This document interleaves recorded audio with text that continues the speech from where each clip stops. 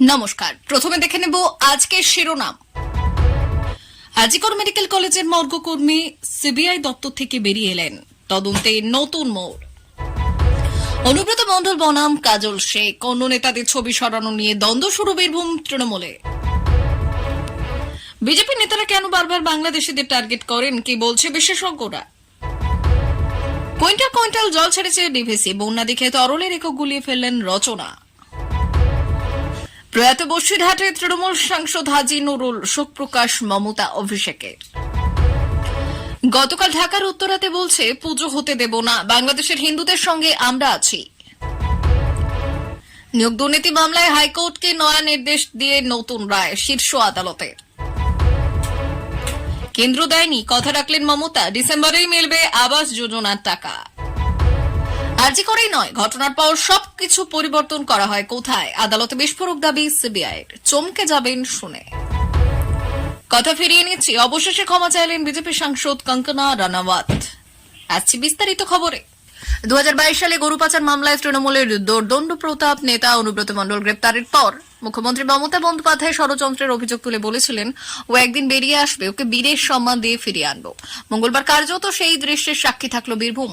বীরের সম্মান দিয়ে অনুব্রতকে বরণ করে নিলেন তৃণমূল কর্মীরা। স্লোগান পুষ্প বৃষ্টির মাধ্যমে তাকে বোলপুরের নিচুপট্টির বাড়িতে স্বাগত জানানো হলো।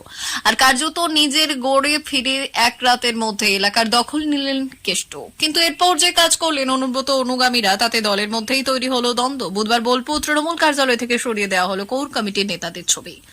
জেলা নেতাদের সরিয়ে শুধু কেষ্ট ছবি ঠাঁই পেল কার্যালয়ের দেওয়ালে, জানিয়ে তৃণমূলের জেলা কোর কমিটির সদস্য তথা জেলা পরিষদের সভাধিপতি কাজল শেখ ব্যাপক ক্ষুব্ধ।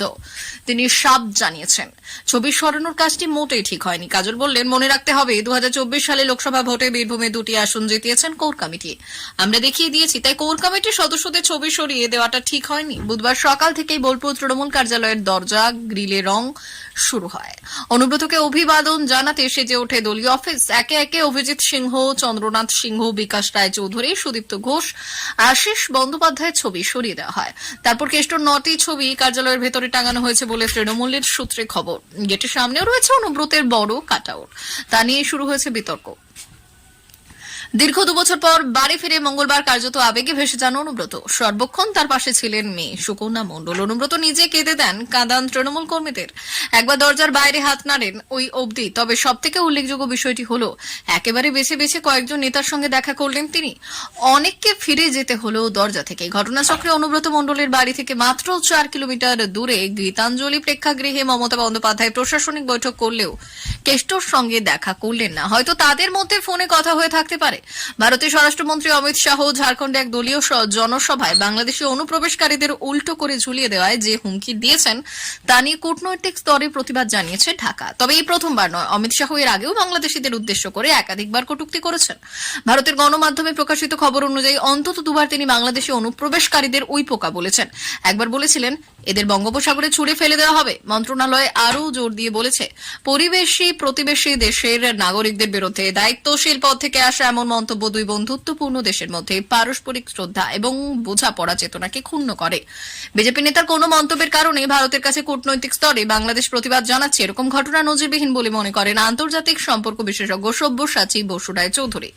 তিনি বলেছিলেন, বাংলাদেশ যে ভারতের উপরাষ্ট্রদূতকে ডেকে পাঠিয়ে প্রতিবাদ জানালো, এটা নজিরবিহীন। এর আগেও নেতা নেত্রীরা এই ধরনের কটু কথা বলেছেন, কিন্তু সেই সময় বাংলাদেশের যে সরকার ছিল তাকে ভারত সরকার বন্ধু বলে মনে করত। তাদের অস্বস্তি হলেও এরকম কোনো পদক্ষেপ নেওয়ার কথা ভাবেনি। কিন্তু এখন যেহেতু 2 দেশের সম্পর্কটা কিছুটা জটিল, কিছুটা স্পর্শকাতর, তাই নজিরবিহীন হলেও বাংলাদেশের এই অবস্থানটি কিন্তু একেবারে বিস্ময়কর নয়। মন্তব্য সব্যসাচী বসু রায় চৌধুরীর। তার বিশ্লেষণ, অন্তর্বর্তীকালীন সরকার বোধহয় এরকম একটা বার্তাও দিতে চাইছে যে তারা আর ভারত সরকারের প্রভাবে থাকতে প্রস্তুত নয়। এদিকে অমিত শাহের বক্তব্যের নিন্দে জানিয়ে বাংলাদেশের জামায়াতে ইসলামী এবং বিএনপির কয়েকজন জ্যেষ্ঠ নেতা। তবে বিজেপির একাধিক মুখপাত্র অমিত শাহের ভাষণ নিয়ে মন্তব্য করতে রাজি হননি।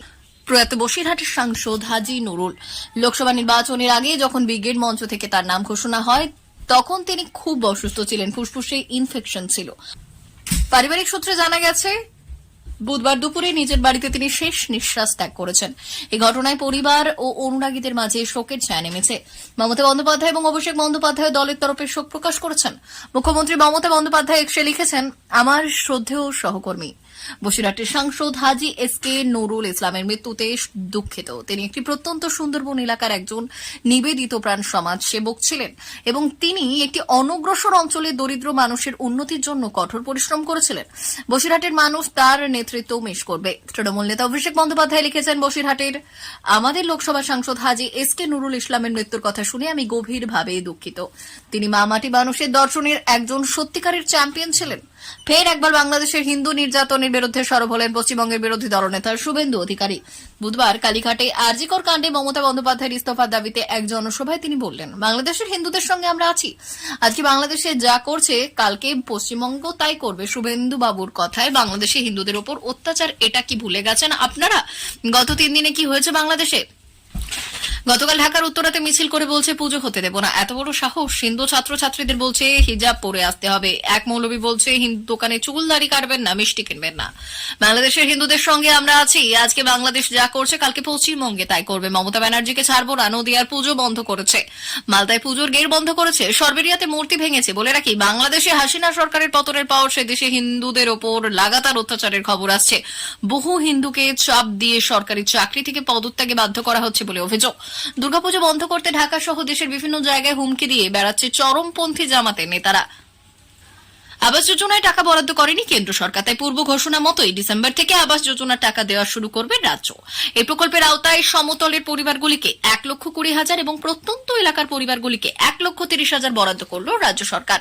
এমনই খবর সূত্রে বুধবার নবান্নে মুখ্য সচিব মনোজ পান্থের নেতৃত্বে সংশ্লিষ্ট সমস্ত দপ্তরের সচিবদের সঙ্গে বৈঠক হয়।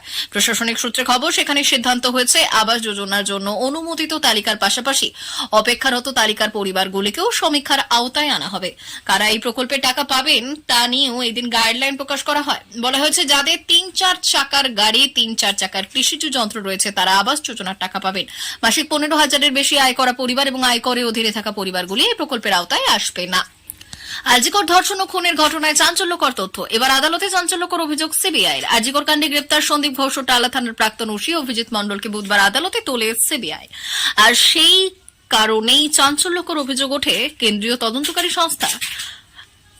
তার আরও দাবি, আমাকে নোটিশ দিয়ে ডাকা হয়েছে, আমি হাজিরা দিয়েছি, পরে গ্রেপ্তার করা হয়েছে। সাক্ষী হিসেবে ডাকা হয়েছিল, পরে গ্রেপ্তার করা হয়েছিল। সিবিআই তো জেল হেফাজত চেয়েছে। দয়া করে সিবিআই ডিমান্ড দেখুন। সিবিআই বলছেন সিসিটিভি ফুটেজ ফরেনসিক পাঠানো হয়েছে। একই কথা বলছেন গত 3টে শুনানিতে প্লেস অফ অকারেন্স এবং পিও টালা থানা নয়। আমাকে কিভাবে খুনের মামলায় যুক্ত করা হবে? আমি ওসি খবর পেয়ে ঘটনাস্থলে পৌঁছেছি। যে কোনো শর্তে জামিন দেওয়া হোক।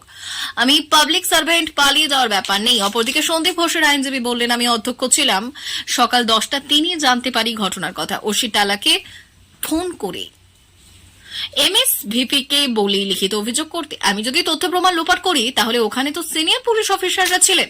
লিখিত অভিযোগ কলেজের তরফে করতে হবে। সেই জায়গায় থেকে এমএসভিপি করেছিলেন। আমার বিরুদ্ধে ষড়যন্ত্রের অভিযোগ আনছে। কি ধরনের ষড়যন্ত্র সিবিআই স্পষ্ট করেনি।